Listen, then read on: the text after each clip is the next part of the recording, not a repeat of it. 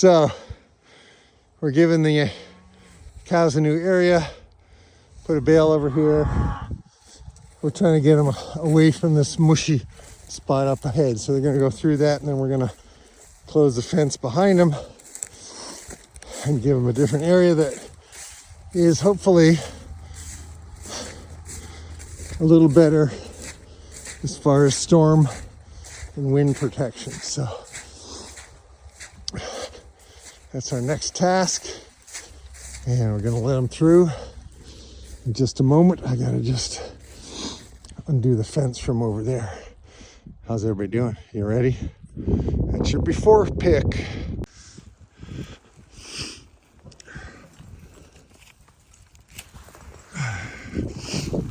Come on, girls. Everybody else is through. Come on, over there. There you go. There we go. Everybody's through.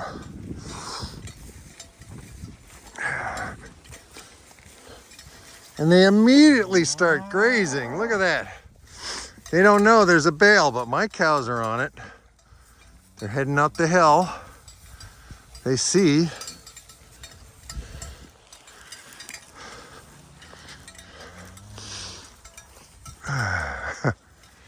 They're like, they're gonna go to the far end of the paddock, but it looks like, no, they haven't seen the bale of hay yet. But they're moving.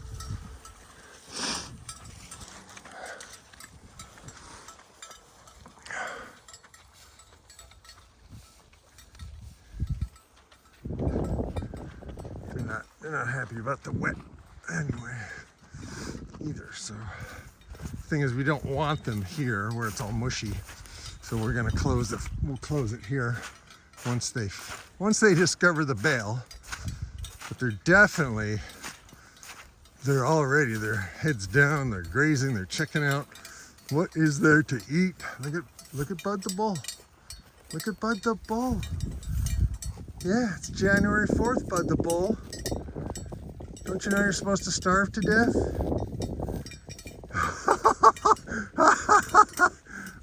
Oh, that's some happy cows.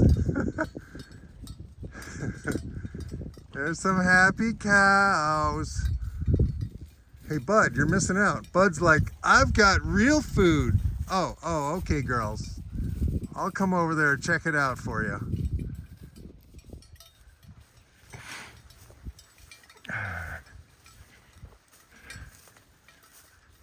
Yeah. So,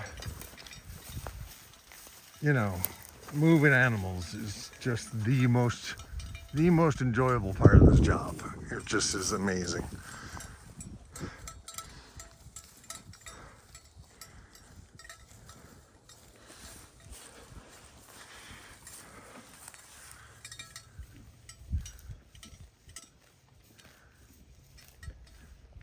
Look at Bud.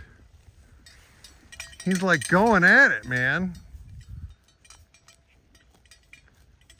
If we hadn't had 2 blizzards 2 weeks in a row, we would have moved him sooner. Yeah. But geez.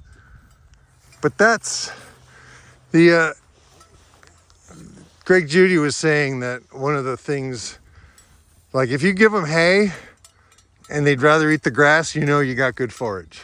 But if you give them hay and they ignore the grass that you think they should be eating, and like, oh, maybe it's not so good. But so it's a really good sign. Yeah, that you know, fighting over the bale, they're willing to. Yeah, and I did spread the bale out a little bit, which look at my cow right here. She's just like, chow down. Yes. Did you get a little hay in your face, honey?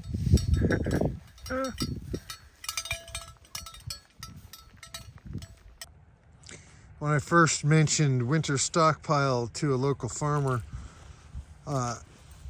he basically said that the forage just kind of melts, it just rots, and some of it does, but